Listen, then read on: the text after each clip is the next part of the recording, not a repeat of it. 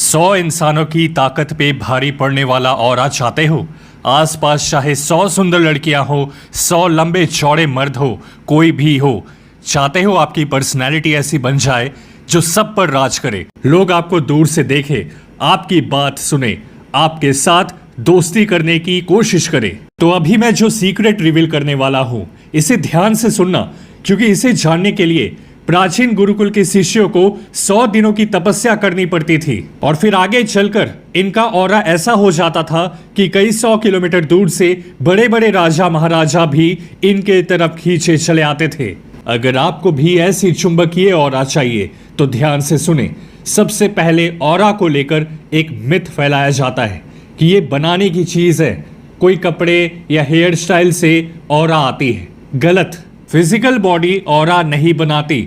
Aura असल में आपकी एस्ट्रल बॉडी की फैली हुई एनर्जी है और एनर्जी को क्रिएट यानी बनाया नहीं जा सकता, ना डिस्ट्रॉय किया जा सकता है। ये बस रूपांतरित होकर कभी अत्यंत शक्तिशाली हो जाती है तो कभी हद से ज्यादा कमजोर।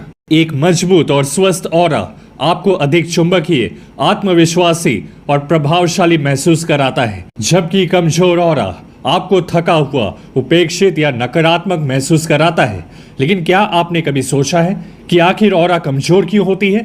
लगातार तनाव, डर, गुस्से या ईर्ष्या में रहना, नकारात्मक लोगों या वातावरण के बीच ज्यादा समय बिताना, अपर्याप्त नींद, आत्म देखभाल की कमी और टीवी, लैपटॉप, मोबाइल की स्क्रीन पर अत्यधिक समय बिताना इसके प्रमुख कारण होते हैं। तो ऑरा को शुद्ध और मजबूत कैसे किया जाए? सबसे पहला और शक्तिशाली तरीका है मेडिटेशन, जिसमें अभ्यास करते समय सकारात्मक ऊर्जा को अंदर लेने और नकारात्मक विचारों को बाहर निकालने पर ध्यान केंद्रित करें।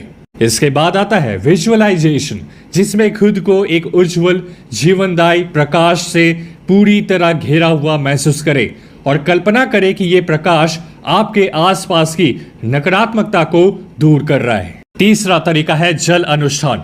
नकारात्मक ऊर्जा को साफ करने के लिए स्नान का उपयोग करें, विशेष रूप से सेंधा नमक के साथ। इसके बाद प्रकृति से जुड़े, बाहर समय बिताएं, घास पर खाली पैर चले और शरीर पर सुबह की धूप का सेवन करें।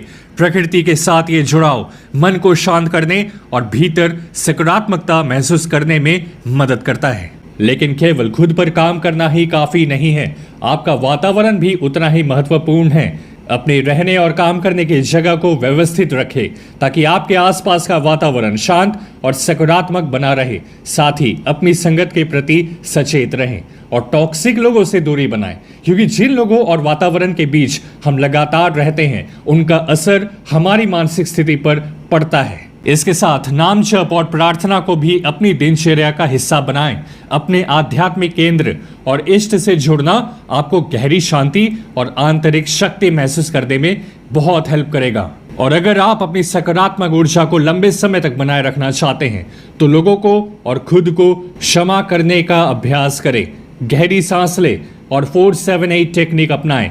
4 सेकंड तक गहरी सांस ले, 7 सेकंड तक सांस रोके और फिर 8 सेकंड तक धीरे धीरे सांस बाहर छोड़े।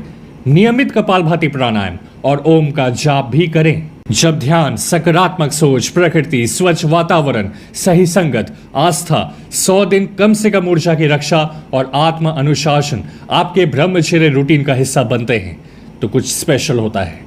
आप अपने भीतर कई गुना अधिक शांति, स्थिरता और सकारात्मकता महसूस करते हैं, जो सीधा रिफ्लेक्ट करती है आपकी चुंबकीय ऑरा में।